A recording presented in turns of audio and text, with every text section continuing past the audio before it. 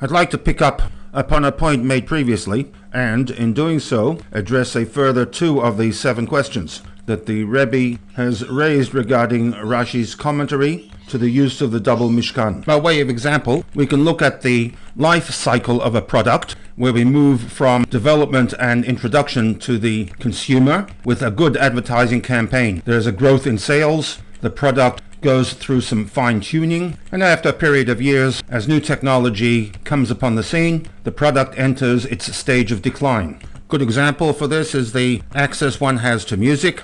From about the year 2000 onwards, most music is played from an MP3 player. The MP3 player evolved from an earlier transition from analog to digital with the CD player. The CD player evolved from the cassette player, which in turn evolved from the vinyl discs of the 1950s. Each of these inventions went through the same life cycle, and as new technology created a better means for the reproduction of sound, the old was then replaced with the new. One could apply the product life cycle example to the Beit HaMikdash. First there was the Mishkan, which provided a base for the Shekhinah in this world while the Jews were in the Midbar, and for a period up until the rulership of David HaMelech. The Mishkan was subsequently replaced with a better product, a bayit, suggesting permanence, suggesting a direct link between the physical and the spiritual. But there's always a caveat that this gift of the Beit HaMikdash would remain so long as the nation played their part. They didn't, and 410 years later it was destroyed, with a large portion of the people sent off into Galut in the first Babylonian exile.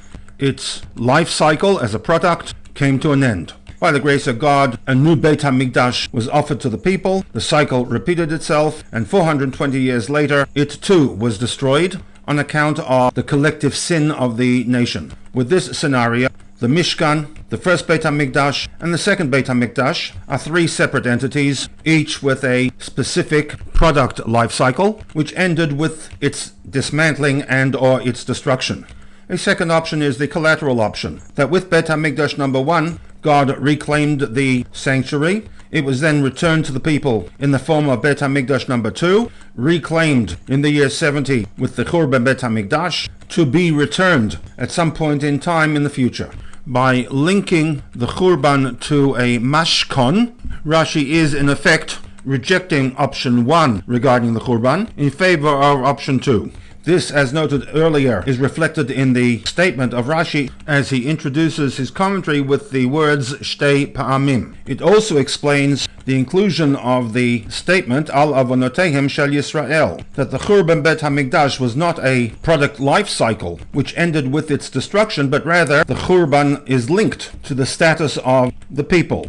When the people collectively are involved in breaking the covenantal relationship, God reclaims the collateral. It is returned either by the grace of God or a collective return to the covenantal commitments. The statement, Al Avonoteim Shel Yisrael, is not superfluous information. As we asked with question 5, it is a statement that has been included by Rashi to reinforce his thesis that the Churban of the Beit HaMikdash was a mashkon collateral situation rather than an end of product life cycle for the 2 structures. With question 1, we asked why, in explaining the double Mishkan, Rashi opts for a Churban, removal of God's presence explanation, when the default translation interpretation for Mishkan is linked to an event that is polar opposite to Churban, namely that the Mishkan is a Shin Chaf Nun, a to settle, to live, to inhabit structure that houses the Shekhinah.